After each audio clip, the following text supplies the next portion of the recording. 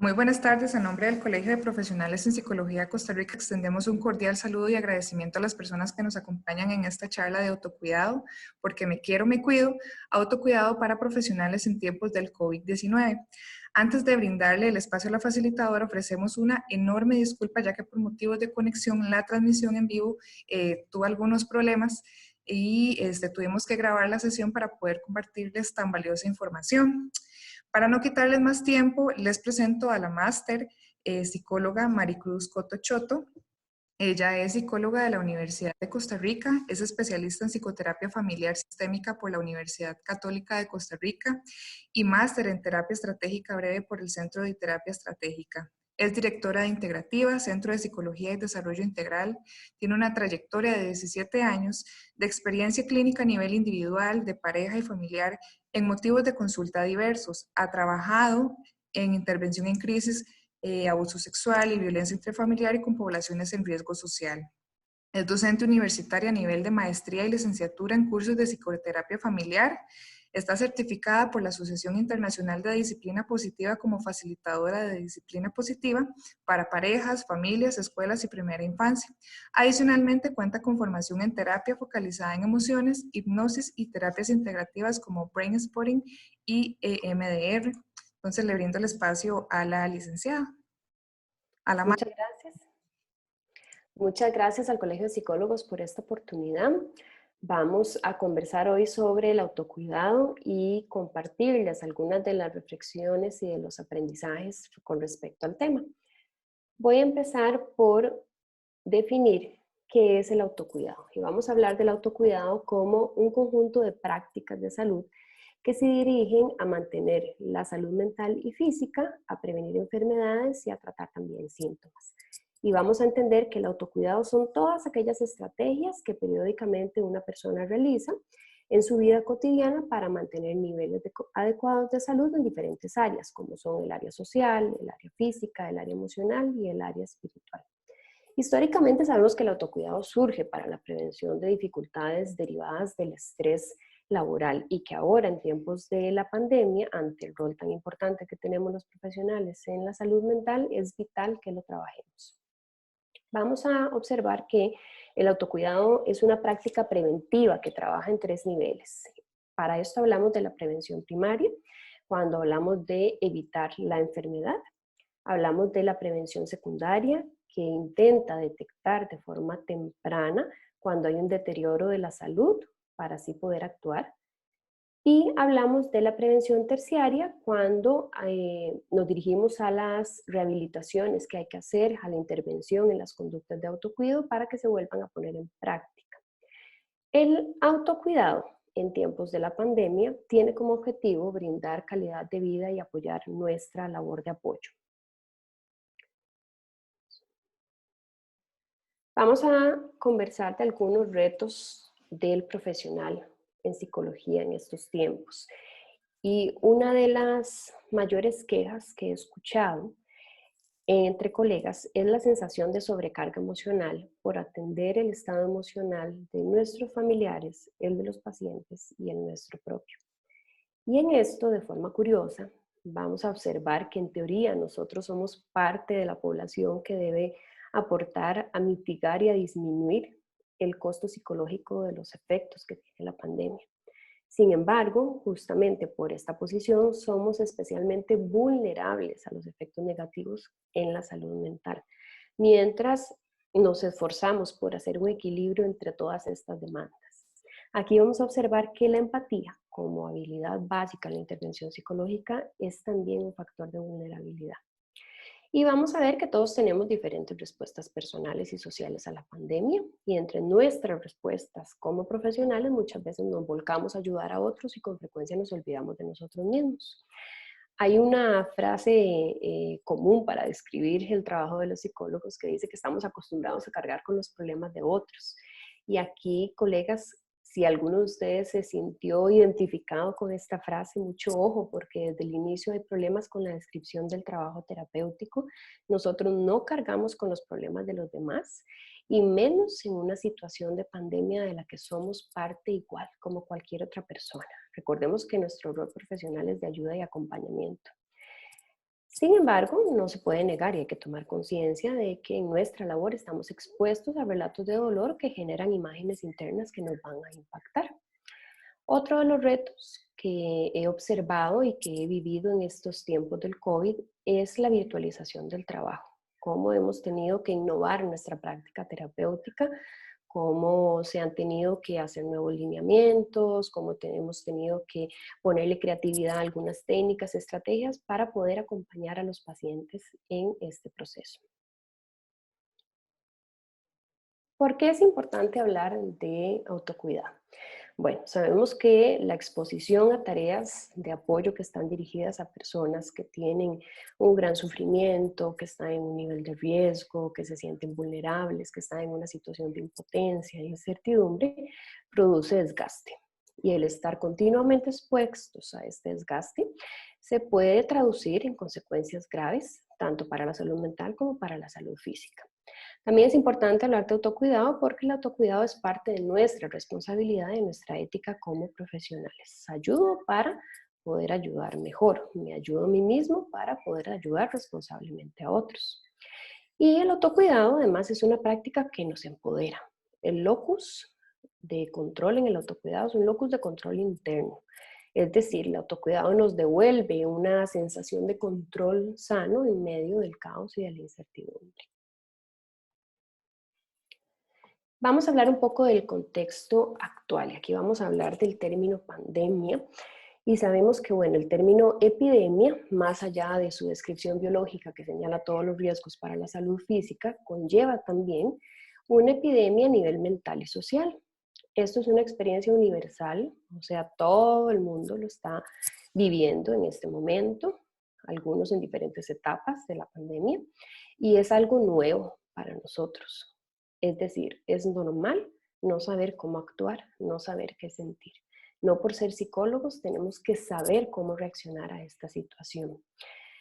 Es normal sentir las emociones asociadas a la pandemia. Hablamos de incertidumbre, de pérdida de control, de miedo, de sensaciones de pánico y hemos visto, incluso ha salido frases por las redes sociales, que lo más contagioso no son los virus, sino las emociones y de estas el miedo específicamente.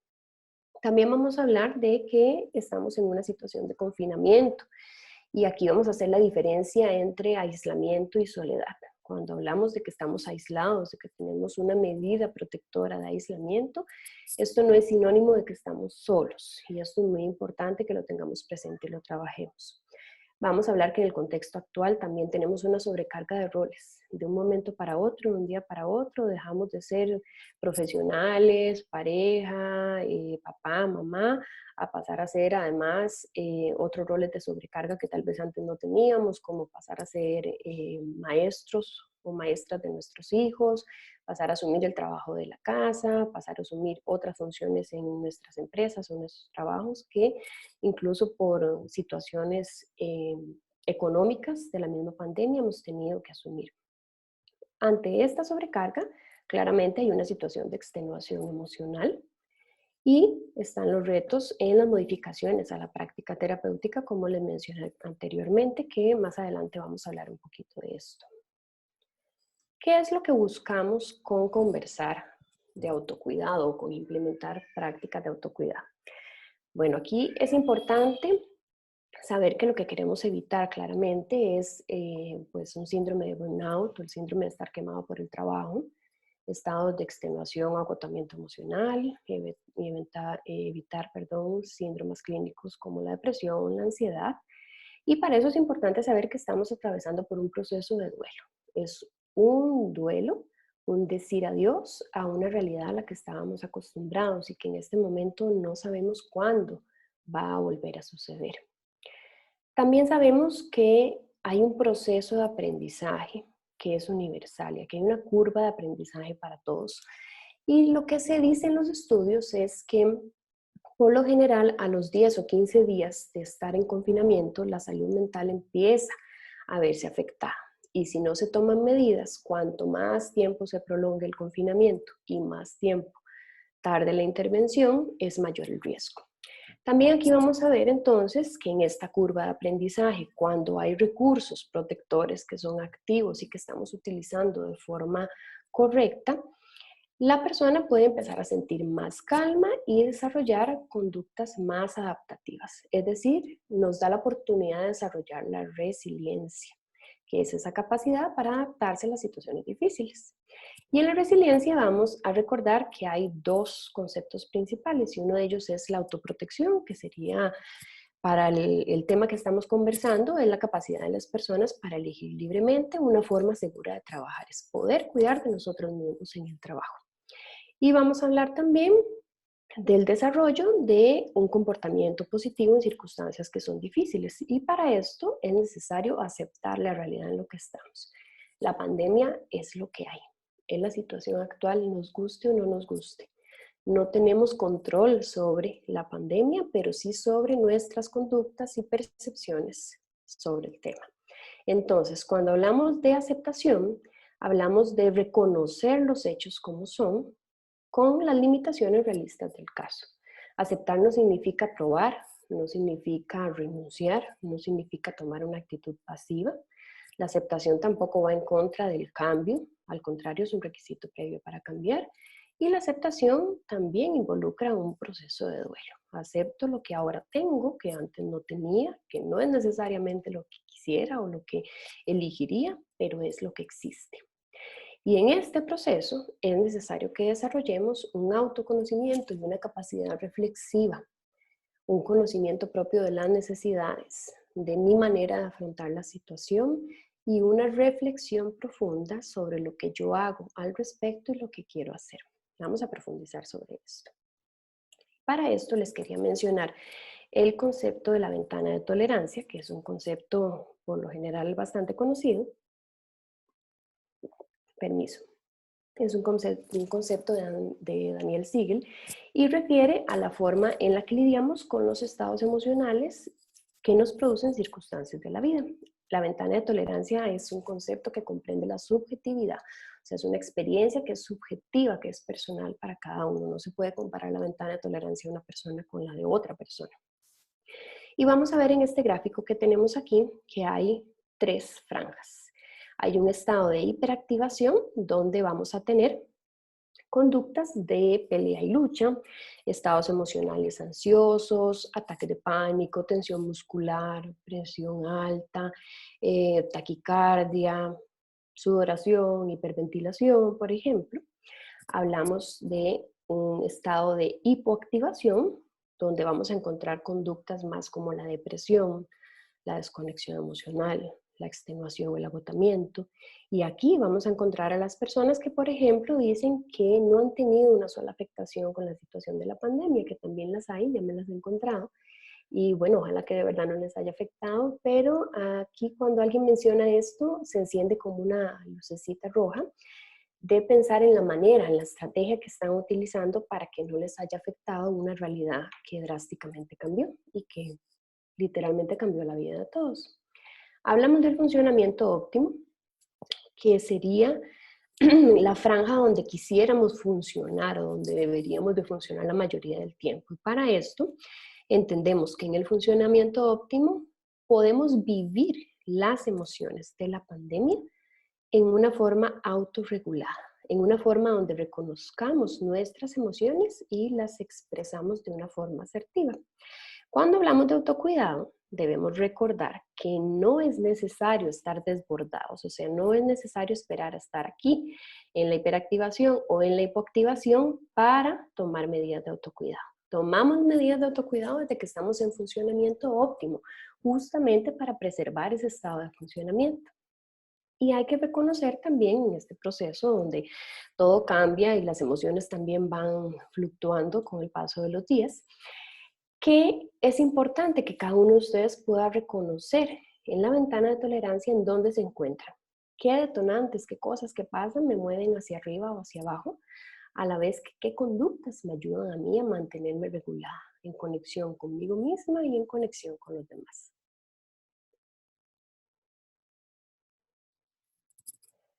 Vamos a hablar de los síntomas y las estrategias de autocuidado. Y cuando hablamos de síntomas, mencionamos la parte física, donde podemos encontrar síntomas como dolores de cabeza, gastritis, cansancio, insomnio, entre alergias, por ejemplo, que son muy comunes. Hablamos de síntomas a nivel conductual y social, como el aislamiento, conductas de riesgo como no respetar las medidas, por ejemplo, abusar del alcohol u otros, llenarse de trabajo, tener dificultades para concentrarse. Hablamos también de síntomas a nivel psicológico, que incluye la parte mental y espiritual, y aquí hablamos de la sensación o la actitud pesimista, de la crítica, la pérdida de la fe y la esperanza, la apatía, el mal humor, la incertidumbre, la ansiedad, la depresión. Y al mismo tiempo de que hablamos de síntomas en estas tres grandes áreas, vamos a hablar de estrategias de autocuido en esas tres áreas, pensando, por ejemplo, en algunas opciones como serían para la parte física, realizar ejercicio, alimentarse bien, la rutina de sueño, en la parte conductual y en la parte social, por ejemplo, las llamadas que nos mantienen en contacto virtual con las personas que amamos, realizar alguna actividad artística, alguna actividad creativa, leer, hacer algo que nos guste y que nos genere una paz interior. Y en la parte psicológica vamos a hablar un poco de retomar algunos hábitos que ya antes practicábamos y que nos daban esa paz y esa calma, así como de implementar algunas estrategias propiamente psicológicas en las cuales voy a profundizar en un momento. ¿Cómo trabajamos el autocuidado?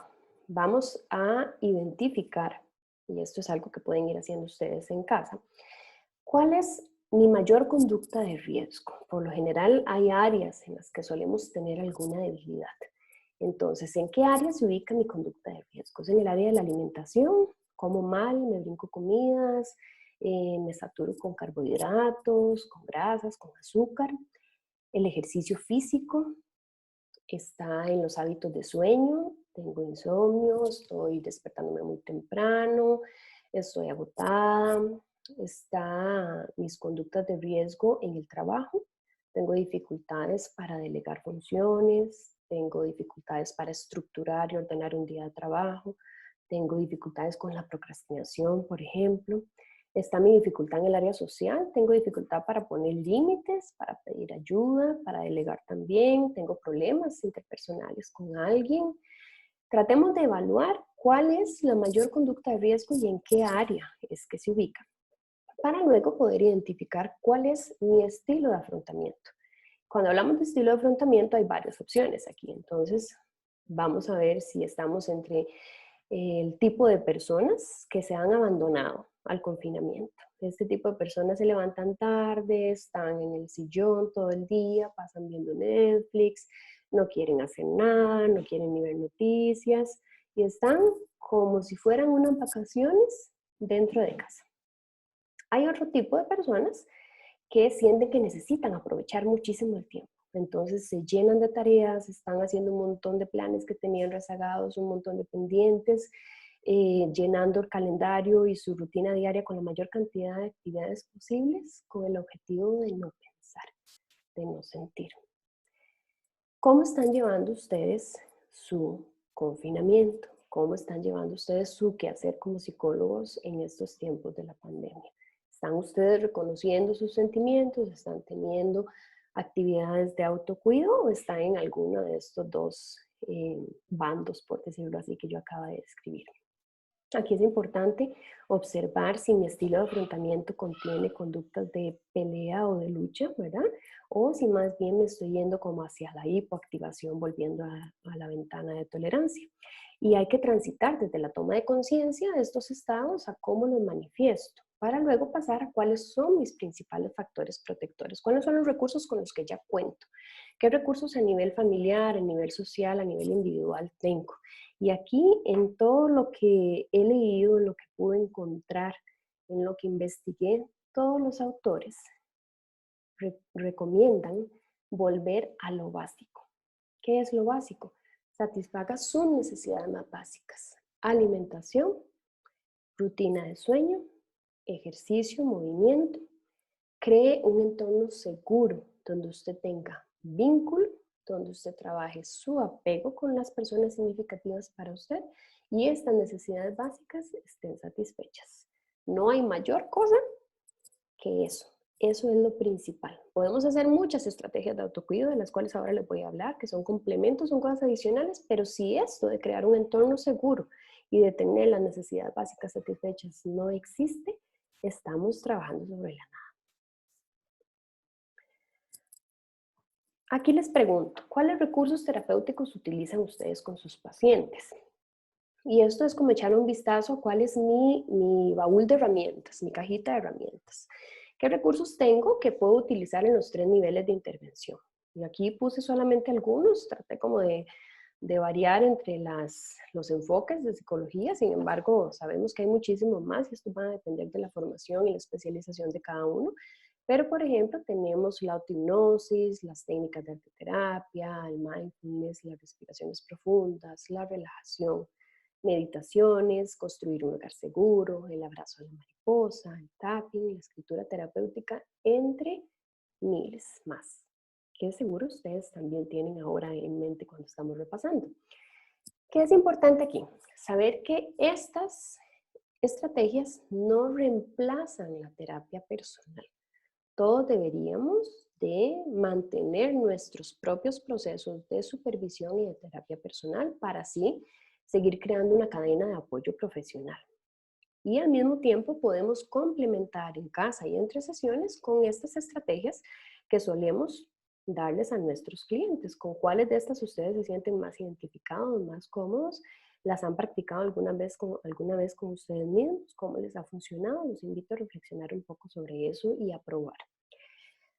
Estos recursos son autoadministrables, ¿verdad? Entonces, son en realidad cosas que tenemos muy a la mano y también algo que tenemos muy a la mano y que muchas veces no utilizamos es la reflexión con uno mismo. Y en la reflexión con uno mismo aplicamos lo que es la amabilidad y la compasión.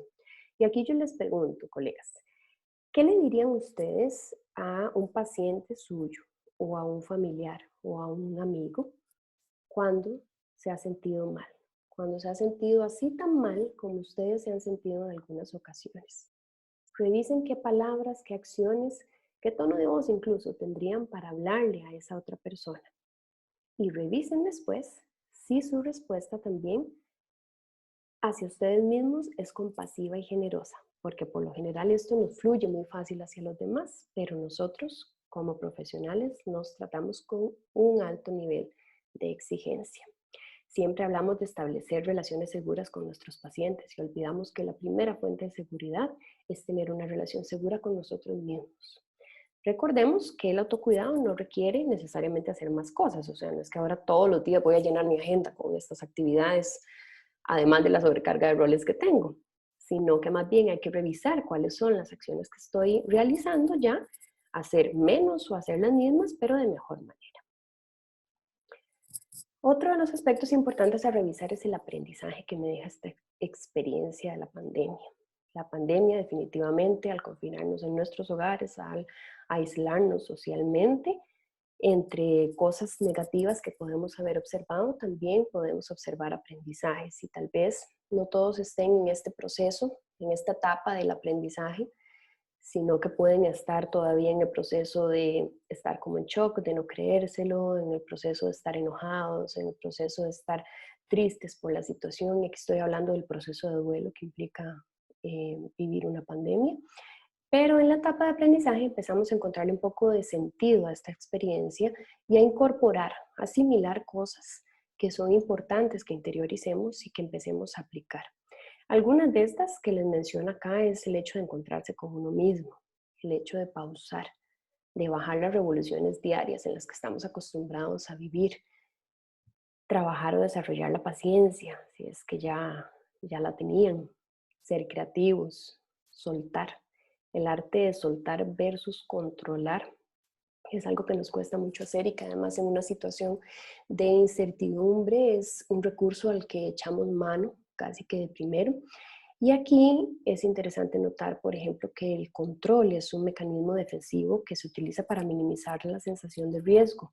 Sin embargo, el riesgo mínimo no existe y entre más intentamos buscar bajar ese nivel de riesgo, más ansiedad nos autoproducimos porque estamos tratando de alcanzar una realidad que no es real. Entonces la sugerencia de autocuidado es cambiar esa necesidad de controlar por una sensación de control que es más interna, que se traduce en autorregulación, que se traduce en la capacidad de estar atentos a nuestras necesidades emocionales y físicas. Otro de los aprendizajes puede ser el observar las pequeñas cosas y vivir el presente, que viene como consecuencia de la pausa, de una pausa bien hecha. Trabajar las relaciones familiares y los retos que se presenten ahí al estar ahora 24/7 en un espacio físico reducido con nuestra familia, cosa que antes no era lo usual. Y para mí uno de los grandes aprendizajes ha sido la flexibilidad y la perseverancia en medio de la estructura y el orden y el saber que hay que ser flexible porque aquí todo cambia. De un momento a otro, en cada conferencia de prensa, cada mediodía, todo puede cambiar.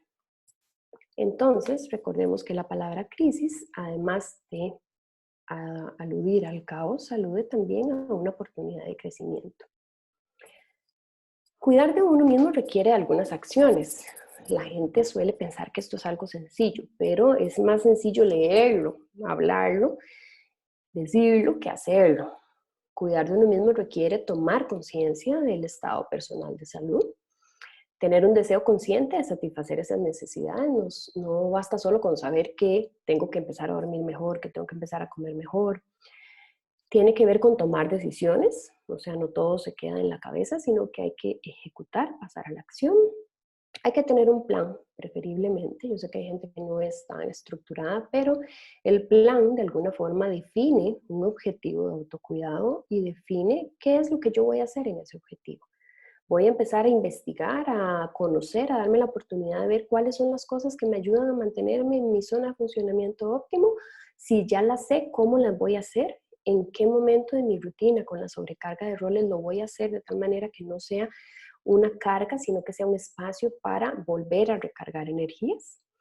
Y tiene que haber claramente un compromiso de cumplir este plan, de que se mantenga en el largo plazo. Recordemos que el autocuidado no es algo que hacemos solo cuando estamos desbordados, ni cuando nos movemos hacia arriba o hacia abajo en la ventana de tolerancia, sino que lo hacemos cuando estamos en la zona de funcionamiento óptimo. Como profesional de la salud mental, las sugerencias es que siempre busquemos a nuestro propio terapeuta. Es la persona que mejor nos puede ayudar y que también nos puede compartir algo de sus experiencias. Recordemos supervisar los casos cuando los necesitemos y algunas veces supervisar solamente porque quiero hablar con otro colega o porque quiero compartir los casos que me están llegando, casos afectados por la pandemia inclusive, que es algo también novedoso en la atención. Eso solamente conversarlo nos da una sensación de alivio, nos da una sensación de equipo, una sensación de estar unidos, trabajando como por la misma situación. Recordemos siempre delegar la responsabilidad del cambio a quien le corresponde. Nosotros no somos los encargados del cambio de nuestros pacientes. Y aquí con esto quiero tener mucho cuidado porque sé que hay algunas teorías que responsabilizan al terapeuta, pero hay que saber desde qué lugar se responsabiliza el terapeuta. Entonces, sí, tenemos la responsabilidad de buscar las mejores estrategias, la mejor modalidad de terapia que le pueda ayudar al paciente en su proceso, pero el paciente siempre toma una decisión. Y en nuestro autocuidado nosotros somos los que tomamos la decisión también, no es nadie más. Revisemos en nuestra práctica terapéutica si hay alguna de las descripciones que están relatando nuestros pacientes que nos remueven algo, alguna situación actual o alguna situación pasada o alguno, si habla del tema de la pandemia, si alguna de los relatos están compartiendo nuestros propios miedos, nuestras propias inseguridades, nuestras propias dudas que tenemos al respecto y entonces tal vez necesitamos nosotros mismos sentirnos más reafirmados, más seguros en este tema antes de poder ayudar a alguien. Algunas veces es necesario poner límites y decir que no también y hacer una referencia. Vamos a hablar sobre la práctica en la atención virtual. Y aquí la sugerencia de autocuidado cuando estamos trabajando dentro de la casa es que se hagan pausas entre una actividad y otra. Que el día se estructure de tal manera que uno pueda hacer una transición entre las tareas de cuidado, las tareas domésticas y el trabajo terapéutico, como el tiempo para compartir en familia o la recreación. que no vaya a estar todo aglomerado en una agenda donde nos vayamos a sentir saturados, porque entonces tanto nuestro autocuidado se va a ver afectado como la calidad de la atención. De ser posible, hagan algo diferente cada día dentro de esa estructura diaria. Atrévanse a probar algo distinto que nunca habían hecho. Y organicen la atención terapéutica. Con esto hay que tener un lugar que sea adecuado, que tenga una ventilación adecuada, las condiciones del espacio, la luz, la comodidad. Saquen su tiempo para preparar las terapias, para prepararse ustedes mismos antes de la sesión, sobre todo si hay sesiones o hay pacientes, procesos que ustedes saben que van a ser muy cargados. Dejen espacio entre un paciente y otro. Aprovechen que están en casa. Y estar en casa implica cosas que a veces no puedo hacer en el consultorio, como irme a tomar un cafecito con mi pareja, con mi mamá, con quien tenga en casa. 15, 20 minutos entre un paciente y otro para uno poder compartir un rato en familia, descargarse, al rato para leer algo, al rato para ver algo de tele, hacer alguna actividad que nos distraiga un poco entre la atención terapéutica. Aquí les dejo una frase que me gustó mucho que dice: no todos los héroes usan capa, algunos usan la escucha y la empatía. Y yo añadiría que no por ser héroes dejamos de ser seres humanos, para que no se vayan a confundir. En la cotidianidad también hay algunas recomendaciones de autocuido y entonces la idea es que puedan estructurar una rutina diaria que sea flexible, que establezca ojalá objetivos diarios o como muchos semanales, que sean realistas y que no generen ansiedad, o sea, que nos reporten calma y tranquilidad, sino ansiedad. ¿Y por qué hablamos de objetivos diarios y semanales? Porque como estamos en una situación que es de incertidumbre, donde las cosas pueden cambiar de un día a otro, pues lo mejor es que los objetivos sean más de corto plazo. También hablamos de dividir espacios físicos. Entonces, aún en el espacio más pequeño podemos hablar de que si usted tiene un sillón para sentarse a ver tele o para conversar, tiene una mesa con sillas, si tiene algún área verde o un espacio donde cocina, usted divida las actividades en esas áreas. Y no sea que trabaja tanto en la mesa del comedor como en el sillón como en la cocina, sino que cada actividad, alimentación, trabajo, recreación, compartir en familia, tenga un espacio definido. Por más pequeño que sea el espacio físico, esto es lo que se recomienda para mantener el autocuidado. Y también en esta división de espacios físicos es como que de alguna forma la mente también se divide.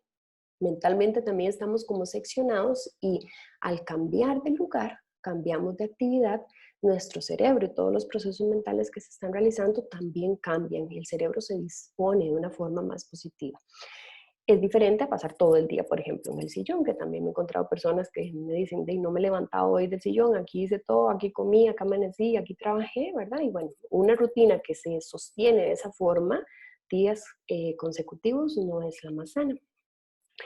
Es importante tener claro que todo es temporal. Esto también va a pasar. No sabemos cuándo, pero esto también va a pasar. No hay nada permanente, lo único permanente es el cambio.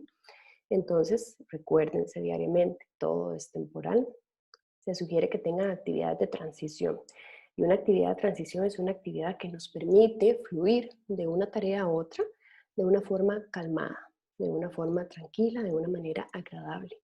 Esas transiciones pueden ser actividades como la música, por ejemplo, cuando termina la jornada laboral, cuando terminamos de atender, mientras nos quitamos los audífonos, apagamos la computadora, podemos poner una canción, podemos cantar, podemos escuchar la canción favorita que tengamos o alguna que nos ayude a relajarnos. Ordenar la zona donde trabajo para dejar la lista para el día siguiente también es una actividad de transición, es una manera igual de empezar bien el día siguiente. Pueden haber actividades de transición con los hijos, por ejemplo, algún juego antes de empezar a hacer las labores, alguna actividad de conexión. Podemos hacer actividades de transición también como una llamada social. Y esas actividades se recomiendan justamente porque cuando estábamos en la oficina, estábamos fuera de casa y salíamos, teníamos un periodo de recorrido hasta llegar a nuestros hogares. Y en ese periodo, usualmente, se nos permitía desconectarnos y dejar el trabajo en el trabajo y las cosas de la casa en la casa. Aquí, al estar en un mismo espacio, nos es más difícil hacer eso. Entonces, las actividades de transición nos ayudan como a finalizar, hacer un cierre de una tarea y transitar, fluir con alegría y con calma hacia la siguiente actividad. Y por último, aquí hablamos del darse permiso, que es básicamente permitirnos reconocernos como personas, como seres humanos que también tenemos una afectación emocional en esta pandemia. Voy a cerrar con esta frase que les pongo aquí. Esto es una frase que por pura casualidad me la encontré ayer en Facebook. Yo tenía otra para cerrar, pero esta me gustó un poco más. Y es parte de una conversación de una madre y una hija. Y entonces la madre le dice a la hija que la cuarentena es un periodo de espera y preparación para una nueva vida. Es el periodo que produce un gran cambio. Y la hija le pregunta, ¿cómo te preparas para este cambio? Con acciones simples, genuinas y afectuosas. Con estas acciones simples pero poderosas, crearás orden fuera y dentro de ti. Me encantó, la vi en el Facebook de una amiga y se las quise compartir porque representa justamente lo que estamos hablando. El autocuidado no son grandes estrategias, no son cosas complejas o complicadas de hacer. Al contrario, son cosas muy simples, muy genuinas, muy básicas, llenas de afecto, llenas de cariño hacia nosotros mismos, lo que nos da ese alimento emocional que nos ayuda a cuidar a otros de una manera más positiva, cuidándonos a nosotros mismos. Y con esto aquí cerramos. Me cuido de forma responsable para ayudar a otros a cuidar de sí mismos. Muchísimas gracias.